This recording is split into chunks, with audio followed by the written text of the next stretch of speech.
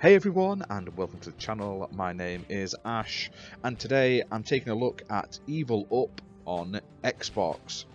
Now, this was originally released on the 10th of March 2023 onto the Xbox Store, developed by LunaPixel and published by Ratalaika Games.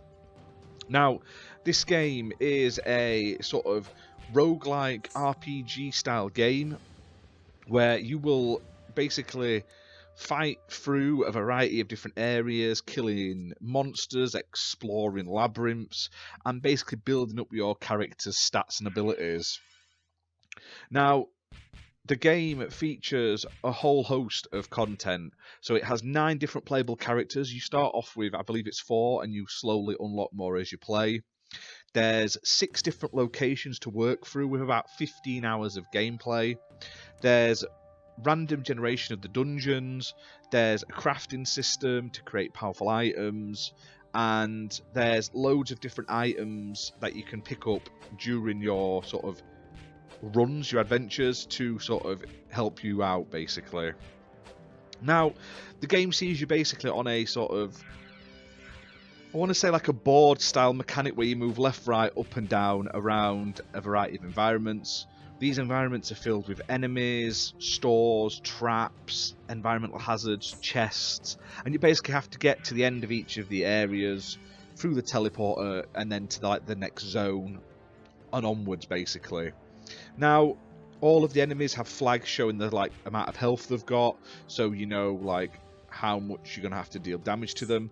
And the way it works is you basically walk into things to sort of interact with them. So if you walk past an enemy, they will attack you as if you're there, but if you don't hit them, then that's on you basically. You have to physically sort of go in, hit them multiple times, otherwise they'll just attack you as you walk past basically. Now, the game looks quite nice. It's got a cool little pixel art style. I wasn't the biggest fan of the game overall, and that's no complaint on the actual game itself. It just wasn't my cup of tea in the end. I'm not the biggest roguelike fan, and this is a very roguelike-y game where you have to really sort of think about what you're doing, build your character up, try and sort of kill the enemies, buy the right items from the store to ensure you'll get through and to the next areas and stuff like that. It looks nice, but it also throws quite a lot at the beginning of the game at you, and there's a lot popping up on screen which makes it a little confusing, and when I first started I wasn't really 100% sure what I was supposed to be doing.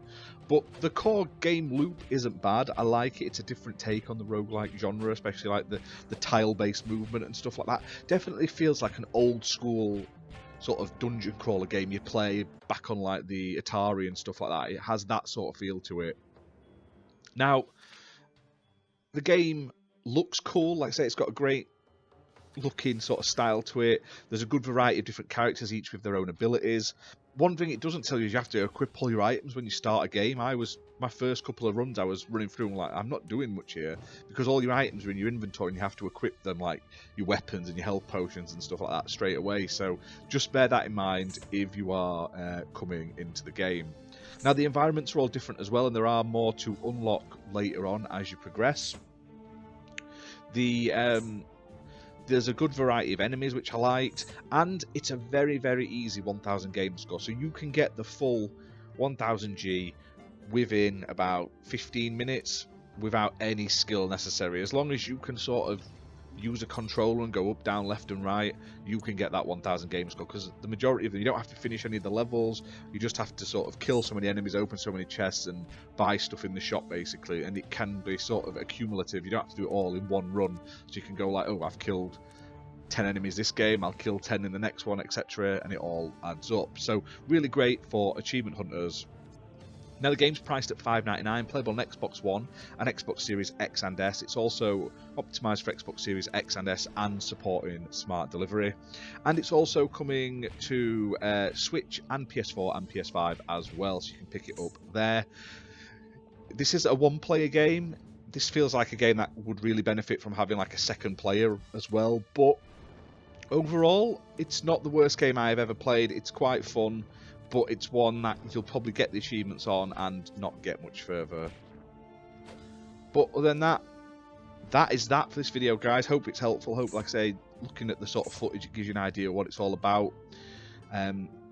Hit that like button, hit subscribe if you've enjoyed this content, and we will see you very soon for more gaming reviews. Bye for now.